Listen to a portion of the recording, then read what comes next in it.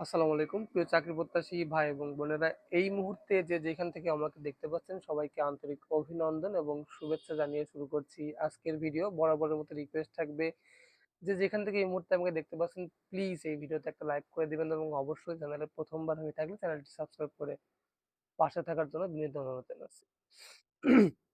তো বাংলাদেশ সেনাবাহিনীর অসামরিকে যারা অ্যাপ্লিকেশন করতে চাচ্ছেন 547 জনের যে একটা নিয়োগ বিজ্ঞপ্তি প্রকাশ হয়েছে, সেইখানে আপনারা যারা অ্যাপ্লিকেশন করতে চাচ্ছেন তাদের কি কি ডকুমেন্টস লাগবে এবং সেই সঙ্গে আপনাদের বয়সের তারতম্য সমস্ত কিছু নিয়ে আজকে আলোচনা হবে এবং সেই সঙ্গে স্ক্রিনে দেয়া নাম্বারে হোয়াটসঅ্যাপে যোগাযোগ করে পরীক্ষার জন্য প্রস্তুতিমূলক একটা চূড়ান্ত সাজেশন যদি নিতে চান তাহলে অবশ্যই স্ক্রিনে দেয়া নাম্বারে হোয়াটসঅ্যাপে যোগাযোগ করার জন্য বিশেষভাবে অনুরোধ জানাচ্ছি। তো প্রথমেই বলে রাখি যে আপনার চাকরির জন্য সর্বপ্রথম কি কি ডকুমেন্টস এর প্রয়োজন হবে। প্রথমত সরকারি চাকরির জন্য বা যেকোনো চাকরির জন্য আমাদের সবথেকে বেশি যে কাগজপত্রগুলো প্রয়োজন হয় সেটার মধ্যে প্রথমে আসে কিন্তু আপনার জন্ম নিবন্ধন বা এনআইডি কার্ড। এখন অনেকের হয়তোবা এনআইডি কার্ড আছে, অনেকের এনআইডি কার্ড নেই, জন্ম নিবন্ধন কার্ড আছে। তো আপনারা জানতে চাচ্ছেন যে এনআইডি কার্ড দিয়ে অ্যাপ্লিকেশন করবেন নাকি জন্ম নিবন্ধন দিয়ে অ্যাপ্লিকেশন করবেন। যদি আপনার বয়স 18 বছর হয়ে থাকে এবং আপনার কাছে যদি এনআইডি কার্ড না থাকে সেই ক্ষেত্রে আপনি জন্ম নিবন্ধন দিয়েও অ্যাপ্লিকেশন করতে পারবেন, কোনো রকম কোনো সমস্যা হবে না। অনেকেই প্রশ্ন করেন যে ভাই পরীক্ষার আবেদন করার জন্য বা চাকরির আবেদন করার জন্য আবেদন ফর্মটা কোথায় পাওয়া যায়। দেখেন, আবেদন ফর্মটা আপনার আশেপাশে যে কোনো বাজারে অথবা আপনার আশেপাশে যদি কোনো কম্পিউটার এক্সারসাইজের দোকান থাকে সেইখানে, যেখানে কম্পিউটারের মাধ্যমে বিভিন্ন রকম চাকরির অ্যাপ্লিকেশন করা হয়, ওইখানে যেয়ে যদি আপনি একটা চাকরির আবেদন ফর্ম চান মাত্র 10 টাকা নেবে। তো আপনারা পেয়ে যাবেন। আমার একটু ভয়েসে সমস্যা, কথা বলতে সমস্যা হচ্ছে, প্লিজ আপনারা অ্যাডজাস্ট করে নিয়েন। 2 নম্বর হচ্ছে এনআইডি কার্ড ছাড়াও যে কাগজপত্রগুলোর প্রয়োজন হয় সেইগুলো হচ্ছে আপনার সমস্ত শিক্ষাগত যোগ্যতার মূল কপি প্লাস ফটোকপি।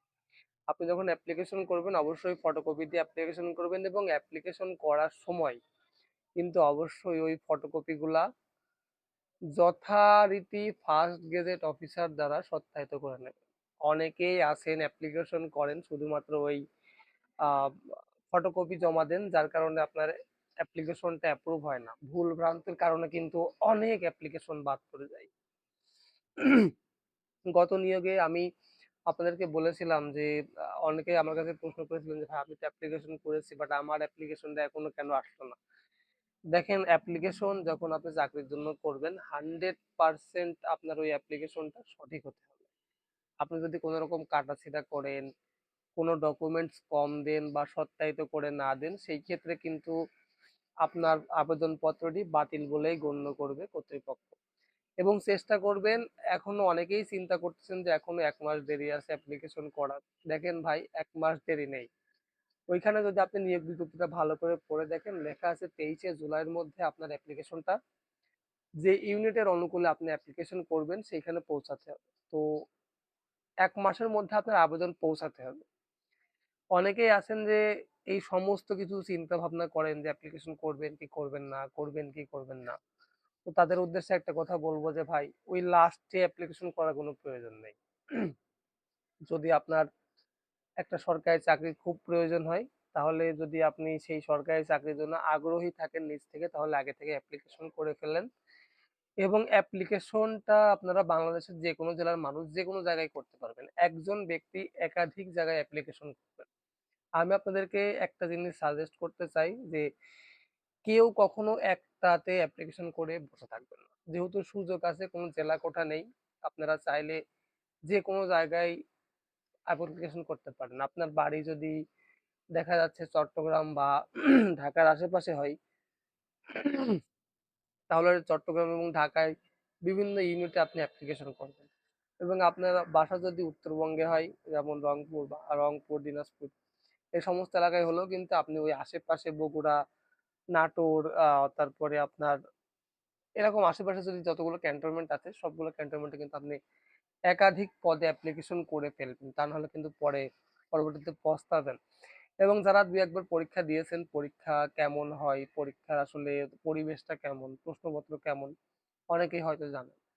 এবং পরীক্ষার কম্পিটিশনটা কিন্তু আমি আগের থেকেই বলেছিলাম যে পরীক্ষায় কম্পিটিশন হিউজ পরিমাণ হবে। যেহেতু পে স্কেলের আন্ডারে এইবার নিয়োগে যাদের চাকরি হবে তারা কিন্তু পে স্কেলের আন্ডারে পড়বেন। নতুন যে পে স্কেল কার্যকর করা হবে আগামী জুলাই থেকে। তো এই যে পে স্কেল কার্যকর করা হবে, এই পে স্কেলের আওতায় যখন আপনি আসবেন, এই এর কারণেই কিন্তু এইবারের চাকরির কম্পিটিশনটা আরো বাড়বে। সরকারি চাকরি কিন্তু এখন একটা সোনার হরিণের মতো হয়ে যাচ্ছে। আপনারা যারা চাকরি করতে চাচ্ছেন বা চাকরি করতে ইচ্ছুক তারা এবার পরীক্ষা দিতে যেয়ে বুঝবেন যে কত ধানে কত চাল। হ্যাঁ, বর্তমানে দিন দিন সরকারি চাকরির চাহিদা আরো বাড়বে। পে স্কেল হচ্ছে 20,000 সর্বনিম্ন বেসিক, যেটা কিন্তু একটা হিউজ পরিমাণ টাকা। যারা নতুন যে চাকরিতে জয়েন করবে 2028 সালের বাজেটের পরে যে নতুন চাকরিতে জয়েন করবে তার মূল বেতন 20,000 বেসিক হবে এবং সবকিছু ভাতা, অন্যান্য ভাতা, চিকিৎসা ভাতা, টিফিন ভাতা মিলায় কিন্তু প্রায় 42,000 আশেপাশে স্যালারি পাবে। তো এই 42,000 স্যালারি পাওয়ার জন্য চাকরি করতে যাবে অনেক অনেক পোলাপান আছে। এরকম হাজারো যুবক আছে যারা আসলে মাস্টার্স কমপ্লিট করেও একটা চতুর্থ শ্রেণীর চাকরির জন্য বিভিন্ন জায়গায় অ্যাপ্লিকেশন করছে। তো সেই সমস্ত মেধাবী ছাত্রদের মাঝে কিন্তু আপনাকে অবশ্যই মেধা তালিকায় টিকতে হবে। চাকরির ১ম ধাপই হচ্ছে আপনার লিখিত পরীক্ষা বা রিটেন পরীক্ষায় টিকে যাওয়া। যদি আপনি রিটেন পরীক্ষায় টিকতে না পারেন, পরবর্তী ধাপে আপনি যেতে পারবেন না। তো আমি যে সাজেশনটা আপনাদেরকে প্রোভাইড করছি, আমি গ্যারান্টি দিয়ে বলতে পারি আমার এই সাজেশনটা পড়লে আপনি অন্তত লিখিত পরীক্ষায় একটা ভালো অবস্থানে যেতে পারবেন। ইনফ্যাক্ট ভাইবা পর্যন্ত যেতে পারবেন। এখন আপনি বাড়ি থেকে এতগুলো টাকা খরচ করে অ্যাপ্লিকেশন করবেন, পরীক্ষা দিতে যাবেন বুক ভরা আশা নিয়ে, সেখানে গিয়ে যদি পরীক্ষার খাতায় কিছুই লিখতে না পারেন তাহলে সব পরিশ্রম বৃথা যাবে।